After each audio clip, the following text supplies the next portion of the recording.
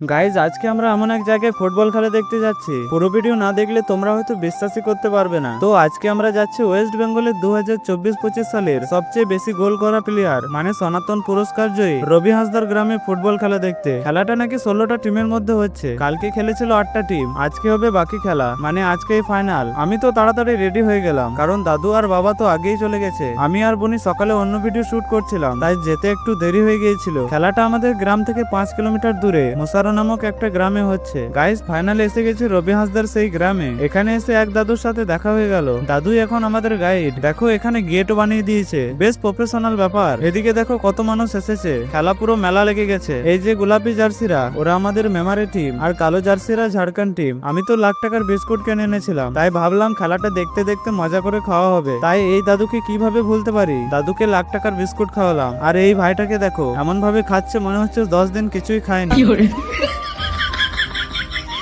এরপর মেমারি টিম একটা গোল করে এগিয়ে গেল, কিন্তু দুঃখের ব্যাপার হলো ফাইনালে শেষটা তোমাদের দেখাতে পারলাম না, কারণ আমাকে যেতে হবে বাড়ি। শেষে সবাই মিলে একটু পেয়ারা পার্টি করলাম। আমি পেয়ারা খাই, তোমরা আরো মিনি ব্লগস এর জন্য সাবস্ক্রাইব করো। বাই।